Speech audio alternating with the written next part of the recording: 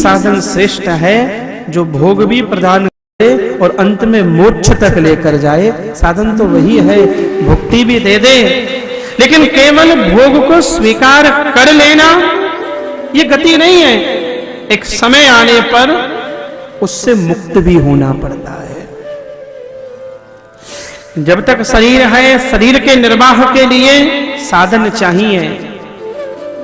और गीता जी में भगवान की आज्ञा है, नियतम कुरु कर्मत्वम कर्मज्वायो है कर्मण शरीर यात्रापि चते न प्रसिद्ध येद कर्मणः अर्जुन। बिना कर्म किए निर्वाह नहीं होगा, शरीर का निर्वाह नहीं होगा, जीवन का निर्वाह नहीं होगा, कर्म करना पड़ेगा। और ध्यान रखना, संग्रह में दोष नहीं है।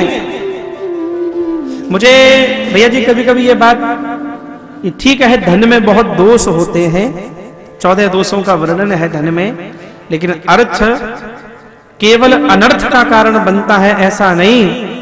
किसी गुरु का आश्रय हो, पूर्वजों की कृपा हो, अर्थ अनर्थ नहीं कराता, अर्थ वृंदावन बिहारी से जोड़ भी देता है। ये कथाएं कैसे होंगे, ये यज्ञ कैसे होंगे, ये धर्म के कार्य कैसे चलेंगे, वही दे पाएगा जिसने संग्रह किया होगा। जिसके पास होगा वही दे पाएगा। और यह भी ध्यान रखना, जिसका पेट भरा है वही दूसरों को खिलाने की सोच सकता है।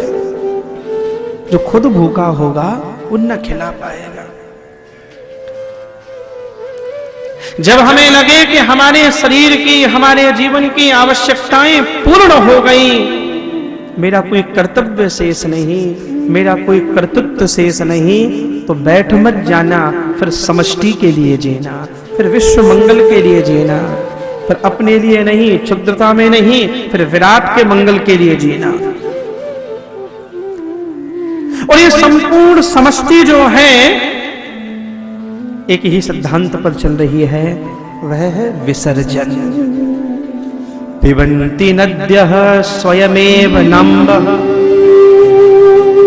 स्वयं न खादन्ति फलानि वृक्षा नादन्ति सस्यं खलु वारिवाः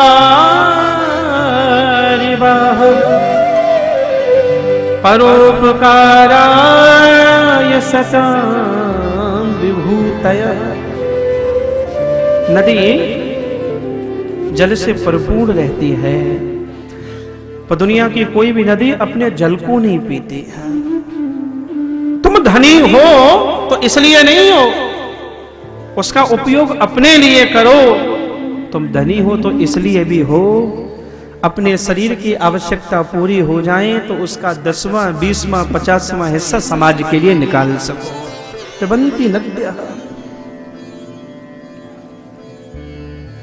वृक्ष फलों के भार से लदे रहते हैं, धूप ताप शीत गर्मी सहते हैं, पर दुनिया का कोई भी वृक्ष फलों का स्वयं बच्चन नहीं करता। ये धरती अर्जन करने वाले लोगों को कभी याद नहीं रखती, पर यह भी सत्य है विसर्जन करने वाले लोगों को धरती कभी भूलती नहीं है। श्री बरबरीक जी ने विसर्जन किया तो खाटू श्याम बनकर बैठे हुए हैं, दिया है तब खाटू श्याम बने हैं। हम हमारी जेब से 10, 20, 50 हजार लाख रुपया विद्यालय के लिए निकाल सकते हैं, वो जीवन को देकर बैठा है, वो शीश देकर बैठा है। तुम कुछ दोगे, वो शीश देकर बैठा है तो भगवान बन गया है।